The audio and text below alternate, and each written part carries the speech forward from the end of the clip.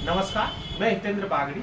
SC ST आरक्षण पर सर्वोच्च न्यायालय का ऐतिहासिक फैसला आ चुका है। सर्वोच्च न्यायालय की संवैधानिक पीठ ने बहुमत वाले फैसले में कहा है कि उप वर्गीकरण जायज है, लेकिन इसके लिए दो शर्तें रखी गई है। पहली शर्त यह है कि किसी भी जाति को जो अनुसूचित जाति में है उसको 100% कोटा नहीं दे सकते हैं। साथ ही दूसरी शर्त ये रखी गई है कि अनुसूचित जाति में शामिल किसी जाति का कोटा तय करने से पहले हिस्सेदारी का पुख्ता डेटा होना चाहिए। अब ये देखना होगा कि ये सारी चीजें धरातल पर कैसे आएगी। सुप्रीम कोर्ट ने अपने फैसले के पक्ष में बताया है कि इससे वंचितों को फायदा मिलेगा। समाज की वह जातियां जो निचले तबके की है और आरक्षण का लाभ नहीं ले पा रही है, उन जातियों को भी आरक्षण का लाभ प्रदान करना है। कुछ जातियां जो SC ST आरक्षण का लाभ अधिक ले रही है और कुछ जातियां इससे बिल्कुल वंचित है। बहुमत वाले फैसले की संविधान पीठ में शामिल justice Manoj Mishra, justice Satish Chandra Sharma, justice BR Gavai, justice DY Chandrachud, justice Vikram Nath और justice Pankaj Mittal, justice Bela M Trivedi का ये फैसला 6-1 के बहुमत से दिया गया है। देश के सर्वोच्च न्यायालय सुप्रीम कोर्ट ने 1 अगस्त 2024 गुरुवार को SC ST आरक्षण के बावजूद समाज के वंचित दलित एवं आदिवासी समाज की उन विभिन्न जातियों को आरक्षण का लाभ सुनिश्चित करने के लिए ये फैसला दिया है। जो जातियां आरक्षण का ठीक से उपयोग नहीं कर पा रही है या आरक्षण से वंचित है, सुप्रीम कोर्ट ने अपने ऐतिहासिक फैसले में SC ST की ऐसी जातियों को लाभ देने के लिए SC ST में ऐसी जातियों को उप वर्गीकृत कर उन्हें आरक्षण का लाभ देने को जायज ठहराया है।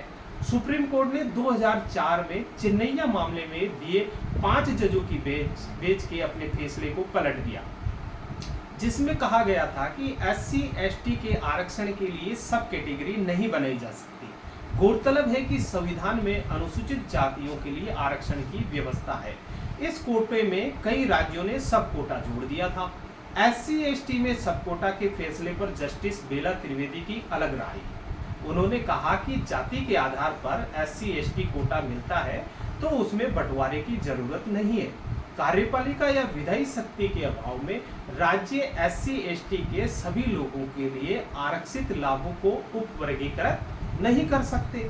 जस्टिस गवई ने अपने फैसले में ये कहा है कि राज्यों को OBC की तरह SC ST में भी क्रीमी लेयर की पहचान करनी चाहिए, क्योंकि इन वर्गों के लिए क्रीमी लेयर की व्यवस्था होनी चाहिए।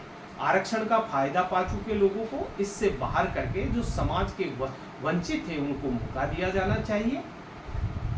जस्टिस विक्रम नाथ ने कहा कि क्रीमी लेयर को बाहर करने के मापदंड OBC पर लागू मापदंडों से अलग हो सकते हैं।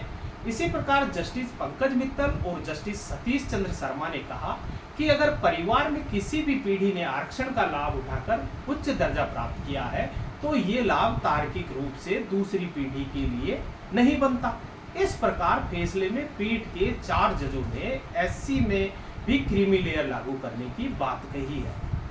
SC समुदाय से आने वाले जस्टिस B गवई ने क्रीमी लेयर व्यवस्था लागू करने की आवश्यकता बताई है, जबकि 3 अन्य जजों ने, जिनमें जस्टिस विक्रम नाथ, जस्टिस पंकज मित्तल और जस्टिस सतीश चंद्र शर्मा है, इस पर सहमति जताई है।